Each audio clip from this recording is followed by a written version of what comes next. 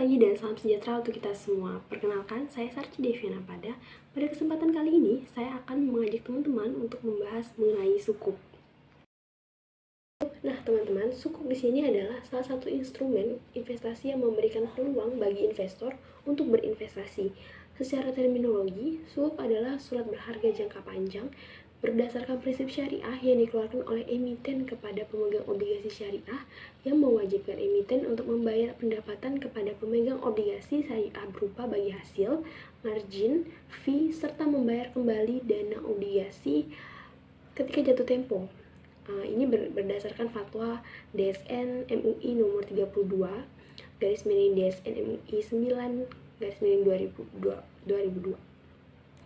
Salah satu transaksi pada pasar modal adalah transaksi sukuk. Nah, dalam penelitian dilakukan oleh Rusdiana pada tahun 2012, sukuk dapat diartikan sebagai sertifikat dengan nilai sama yang mewakili bagian kepemilikan sepenuhnya terhadap aset yang tangible, manfaat dan jasa, kepemilikan aset atas suatu proyek, atau kepemilikan dalam aktivitas bisnis atau investasi khusus. Tujuan sukuk antara lain sebagai sumber pembiayaan negara, pengembangan keuangan syariah, alternatif instrumen, dan memanfaatkan masyarakat yang belum terjaring oleh konvensional. Baik, kita lanjut ke perkembangan sukuk di Indonesia. Nah, untuk Indonesia sendiri ini, penerbitan obligasi syariah yang pertama kali dipelopori oleh Indosat dengan menerbitkan obligasi syariah mudharabah senilai 100 miliar pada bulan Oktober 2002. Kemudian, ternyata obligasi syariah ini mengalami oversubscriber 2 kali lipat, sehingga pada waktu itu Indosat menambah obligasi syariah yang ditawarkan menjadi 175 miliar. Kemudian dilanjutkan oleh PT Berlian Lanjutan Kar yang menerbitkan obligasi syariah dengan emisi senilai 175 miliar juga. Setelah itu dilanjutkan oleh Bank Bukopin menerbitkan obligasi syariah mudharabah pada 10 Juli 2003 dengan nilai emisi 45 miliar rupiah. Kemudian PT Bank Muamalat Indonesia pada 15 Juli 2003 dengan emisi 200 miliar. PT Cilandra Perkasa pada 26 September 2003 dengan nilai emisi 60 miliar. Kemudian Bank Syariah Mandiri pada tanggal 31 Oktober 2003 dengan nilai emisi 200 miliar dan lain-lain. Pada tahun 2007 sampai dengan 2008, setelah diterbitkannya paket kebijakan dalam Peraturan Nomor 9A Tahun 2006 tentang penerbitan efek syariah, terjadi kenaikan sebesar 39% dan 73%. Perkembangan pasar dan investasi serta dorongan pemerintah, ulama, dan stakeholder merupakan fondasi yang kokoh dalam memajukan industri keuangan syariah di Indonesia, sebagaimana terlihat dengan jelas pada Master Plan Ekonomi dan Keuangan Syariah tahun 2019 sampai 2024 yang diterbitkan oleh Badan Perencanaan Nasional Bappenas. Nah, selanjutnya kita lanjut ke jenis-jenis sukuk. Yang pertama di sini ada sukuk mudharabah, kemudian sukuk istisna dan atau murabahah, kemudian sukuk musyarakah, sukuk ijarah, dan sukuk salam. Apa saja sih pengertian dari kelima jenis sukuk tersebut? Oke, mari kita bahas sama-sama ya teman-teman. Yang pertama, sukuk mudharabah. Sukuk ini diterbitkan berdasarkan perjanjian atau akad mudharabah di mana satu pihak menyediakan modal dan pihak lain mempunyai keahlian. Keuntungan dari kerjasama tersebut dibagi berdasarkan persentase bagi hasil yang telah disepakati pada awal transaksi dan kerugian yang timbul ditanggung sepenuhnya oleh pemilik modal. Kemudian sukuk istisna dan atau murabahah. Nah, kepemilikan utang yang semakin meningkat diperoleh dari jenis pembiayaan istisna dan atau murabahah. Sebagai contoh nih, pembangunan jalan yang menghabiskan dana sebesar 110 juta US dollar harus kembali tanpa adanya prinsip diferensiasi dan diskon. Dana sejumlah ini dapat dibuat menjadi sertifikat utang yang tidak dapat diperdagangkan yang mirip dengan zero coupon bonds dalam beberapa fiturnya. Sebagaimana disebutkan bahwa Islam melarang perdagangan utang, maka sertifikat ini tidak dapat diperdagangkan. Nah, yang ketiga, sukuk musyarakah. Sukuk yang diterbitkan berdasarkan perjanjian atau akad musyarakah di mana dua pihak atau lebih bekerja sama menggabungkan modal untuk membangun proyek baru, mengembangkan proyek yang sudah ada, atau membiayai kegiatan usaha. Keuntungan maupun kerugian yang timbul ditanggung bersama sesuai dengan jumlah partisipasi modal masing-masing. Nah, dan yang keempat itu adalah sukuk ijarah. Sukuk ini diterbitkan berdasarkan perjanjian atau akad ijarah di mana satu pihak bertindak sendiri atau melalui wakilnya, menjual atau menyewakan hak manfaat atas suatu aset kepada pihak lain, berdasarkan harga dan periode yang disepakati, tanpa diikuti dengan pemindahan aset. Sukuk ijarah dibedakan menjadi ijarah al-muntahiyah bi-al-tamlik dan ijarah headless and sublease.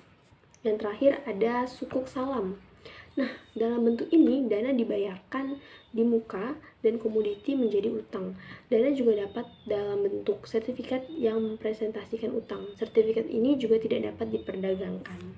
Jadi itu tadi pengertian dari kelima jenis sukuk yang sudah kita baca bersama-sama. Selanjutnya ini adalah landasan hukum yang melandasi sukuk. Penerbitan sukuk pemerintah baru dilakukan setelah terbit Undang-Undang tentang Surat Berharga Syariah Negara atau SBSN pada tahun 2008. Sukuk diterbitkan oleh negara mengacu pada peraturan perundang-undangan berikut. Yang pertama, Undang-Undang Nomor 19 Tahun 2008 tentang Surat Berharga Syariah Negara. Yang kedua, Peraturan Pemerintah Nomor 56 Tahun 2008 tentang Perusahaan Penerbit SBSN. Dan yang ketiga, Peraturan Pemerintah Nomor 57 Tahun 2008 tentang Pendirian Perusahaan Penerbit Surat Berharga Syariah Negara Indonesia. Selanjutnya kita lanjut ke perbedaan antara sukuk dan juga obligasi. Pada dasarnya konsepnya itu antara sukuk dan obligasi itu tidak jauh berbeda. Namun di sini saya meng-highlight terdapat 6 karakteristik sukuk yang membedakan sukuk dengan obligasi konvensional. Yang pertama yaitu memerlukan underlying aset, merupakan bukti kepemilikan suatu aset berwujud atau hak manfaat. Kemudian pendapatan berupa imbalan, margin, dan bagi hasil sesuai jenis akad yang digunakan, terbebas dari unsur riba, gahar, dan masyir, penerbitannya melalui special purpose vehicle, serta penggunaan dana hasil penerbitan sukuk sesuai dengan prinsip syariah. Setelah kita mengetahui karakteristik yang membedakan antara sukuk dan juga obligasi konvensional, kita lanjut ke keuntungan jika kita berinvestasi di sukuk retail. Ada beberapa keuntungan di sini. Yang pertama itu ada aman karena dijamin oleh negara sesuai dengan Undang-Undang Nomor 19 Tahun 2008 tentang Surat Berharga Syariah Negara dan Undang-Undang APBN, di mana setiap bulannya pemerintah wajib membayar imbalan serta membayar pokok pada saat SBSN tersebut jatuh tempo.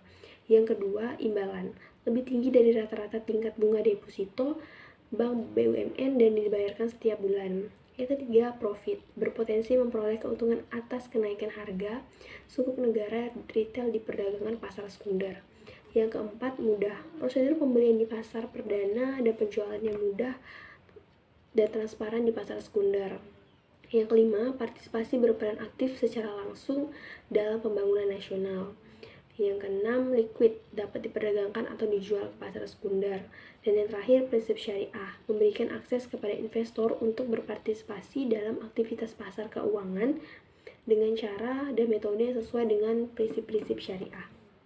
Selanjutnya, resiko jika kita berinvestasi di sukuk retail. Nah, pada dasarnya, prinsip investasi pada sukuk negara retail adalah investasi yang bebas terhadap gagal bayar karena pokok dan imbalan atau kuponnya dijamin oleh negara. Namun ada beberapa risiko nih yang tidak dapat dihindari. Ada dua risiko. Yang pertama, risiko pasar. Nah, risiko pasar ini apa sih? Nah, risiko ini berupa capital loss atau kerugian atas pokok yang terjadi akibat harga jual yang lebih rendah dibandingkan dengan harga beli, di mana risiko tersebut dapat dihindari dengan memegang sukuk negara retail sampai dengan jatuh tempo atau tidak menjualnya pada saat harga jual lebih rendah daripada harga belinya. Nah, yang kedua itu adalah risiko likuiditas. Risiko ini menimbulkan kerugian apabila pemilik sukuk negara retail yang memerlukan dana tunai mengalami kesulitan dalam menjual sukuk negara retail pada harga pasar yang wajar. Risiko tersebut dapat dihindari dengan tersedianya kuotasi harga beli dari agen penjual, sehingga nasabah dapat mengeksekusi kepemilikan sukuknya pada level harga yang tersedia. Nah, itu tadi keuntungan dan juga keuntungan dan juga risiko jika kita berinvestasi di sukuk retail. sampailah kita di pembahasan yang terakhir, yaitu mengenai mekanisme pengembangan keuntungan investasi sukuk. Ada 2 mekanisme di sini. Yang pertama, pembayaran imbalan dilakukan oleh pemerintah melalui Bank Indonesia sebagai agen pembayar SBSN. Nah, yang kedua, Bank Indonesia akan melaksanakan pembayaran imbalan sukuk negara pada setiap tanggal pembayaran imbalan kepada pemilik sukuk yang tercatat pada tanggal kepemilikan, yaitu dalam rekening efek pada subregistry 2 hari kerja sebelum tanggal pembayaran imbalan dengan mengkredit rekening dana pemilik sukuk negara retail. Nah, itu tadi pengenalan singkat mengenai sukuk. Tidak banyak, tapi saya harap teman-teman yang mendengarkan atau yang menonton video ini sedikit banyaknya dapat menambah wawasannya mengenai sukuk. Karena kita sama-sama belajar, saya mohon kritik dan sarannya. Sekiranya masih ada yang kurang dari apa yang saya jelaskan, untuk perhatiannya saya ucapkan terima kasih dan selamat pagi.